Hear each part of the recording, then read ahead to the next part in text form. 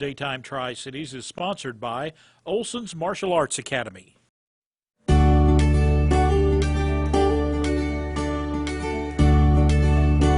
Well, this time of year especially, we all like to set goals, and sometimes those goals can be pretty high. Our expectations can be way up here.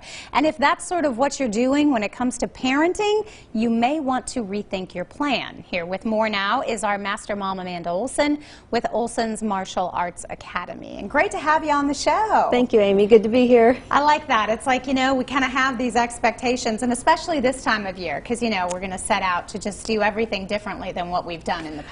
Right, and then we've got new things that we're starting, and we have, you know, high hopes of, you know, new semesters, new activities. We're going to do it all this year. Right, and keeping it in perspective and helping our kids do that too. You know, sometimes we can put a lot of extra stress on them by having them believe that it's got to be perfect or their behavior has to be perfect, and, you know, we want them to just be themselves. You know, even as people, just when we go out and talk with others, it's, am I going to say the right thing? Am I going to say the wrong thing? You know, and it would be helpful if everybody could just kind of relax and be yourself and know that you are going to say silly things or mess up or say the wrong word, and it's okay.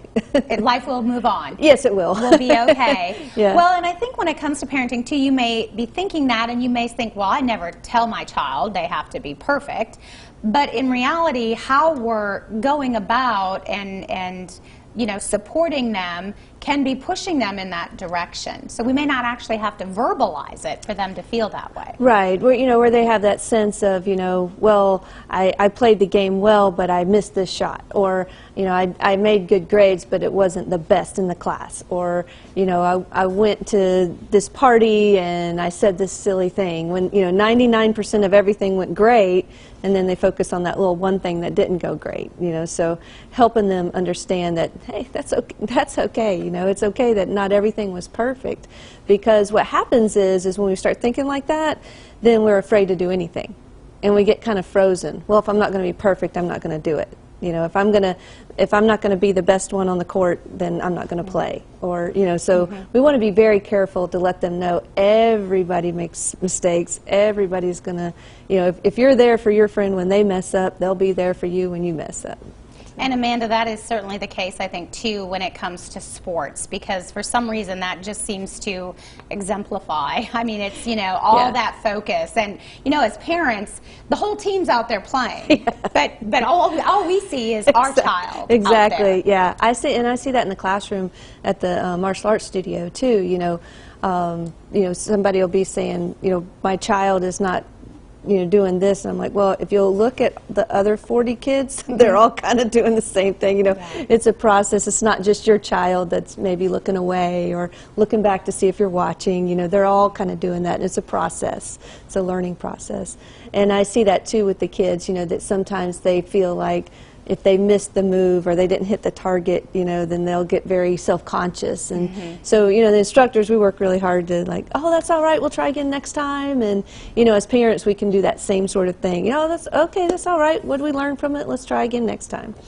Yeah, that encouragement really goes a long way. Oh, it does. You want to help them because you're trying to coach them, right, although they have a coach, and that's really not our role. Right. Thinking to myself here. But, you know, at the same time, it's so important because it can backfire on you so quickly. Right. And you know, if you think of your job as the coach, you're going to be that encouragement coach.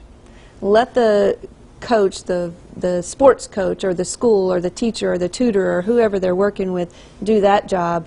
And as parents, we can be the, hey, great job out there. Yeah. All right, that was really awesome what you did. You know, that sort of thing. We want to build their self-esteem, and boy, that's, once it's, you know, gets a little broken, it's hard to fix. It is hard to fix, and there's a lot of pressure from all sorts of, you know, different people, peers, other teachers, people they're looking up to, what they see on, you know, media that they're trying to, you know, emulate. And so if we can just help them not feel like they have to look like that, be like that, act like that all the time, it'll be good for their confidence.